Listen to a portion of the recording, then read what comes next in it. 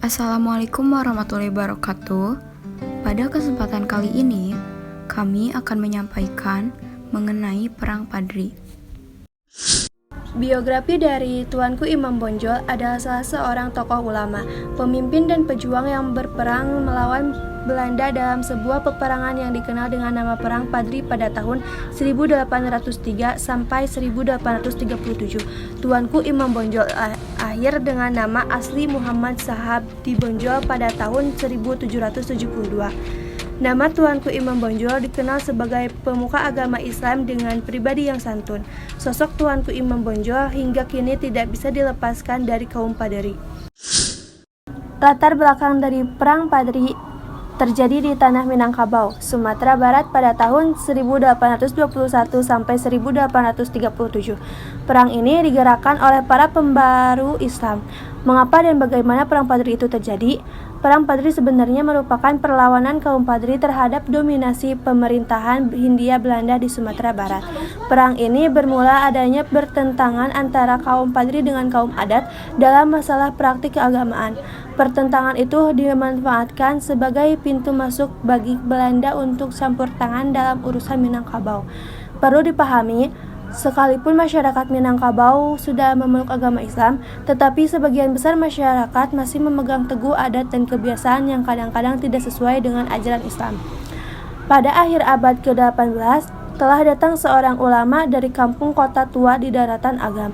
Karena berasal dari kampung Kota Tua, maka ulama itu dikenal dengan nama Tuanku Kota Tua. Tuanku Kota Tua ini mulai mengajarkan pembaruan dan praktik agama Islam.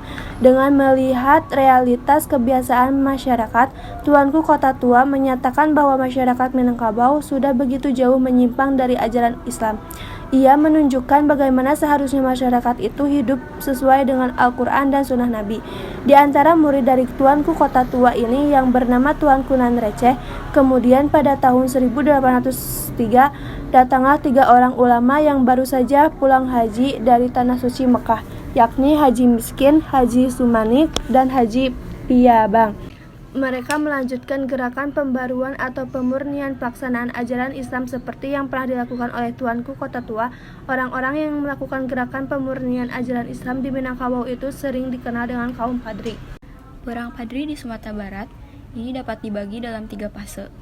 Yang pertama, fase pertama dari tahun 1821 sampai 1825. Pada fase pertama, kaum Padri menyerang pos-pos dan pencegatan terhadap patroli-patroli Belanda. Kemudian Tuanku Pasaman menggerakkan sekitar 20.000 sampai 25.000 pasukan untuk mengadakan serangan di sekitar hutan di sebelah timur gunung. Pasukan Padri menggunakan senjata-senjata tradisional seperti tombak dan parang. Sedangkan Belanda dengan kekuatan 200 orang serdadu Eropa ditambah sekitar 10.000 pasukan orang pribumi termasuk juga kaum adat. Belanda merasa kewalahan dalam melawan kaum Padri, sehingga mengambil strategi damai. Oleh karena itu, pada tanggal 26 Januari tahun 1824, tercapailah perundingan damai antara Belanda dan kaum Padri. Kemudian Belanda juga memaksa Tuanku Mensiangan dari kota Lawas untuk berunding, tetapi ditolak. Tuanku Mensiangan justru melakukan perlawanan. Dan yang kedua ada fase kedua pada tahun 1825 sampai 1830. Tahun itu merupakan tahun yang sangat penting, sehingga bagi Belanda digunakan sebagai bagian strategi dalam menghadapi perlawanan kaum Padri di Sumatera Barat. Belanda kemudian minta bantuan kepada seorang saudagar keturunan Arab yang bernama Sulaiman Al-Jufri untuk mendekati dan membujuk para pemuka kaum Padri agar dapat diajak berdamai. Itulah sebabnya pada tanggal 15 November 1825 ditandatangani Perjanjian Padang.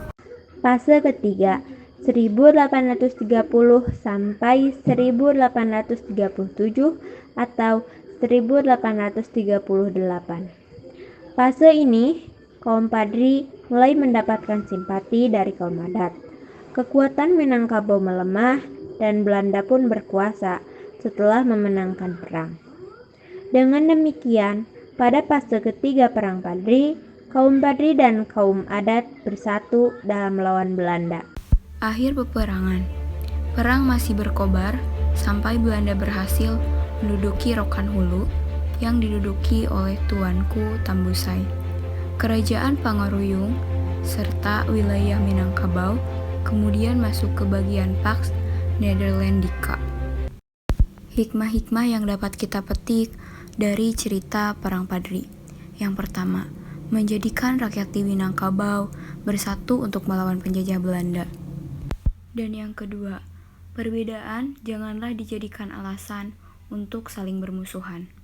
Dan yang terakhir, jangan terlalu mudah percaya terhadap orang lain.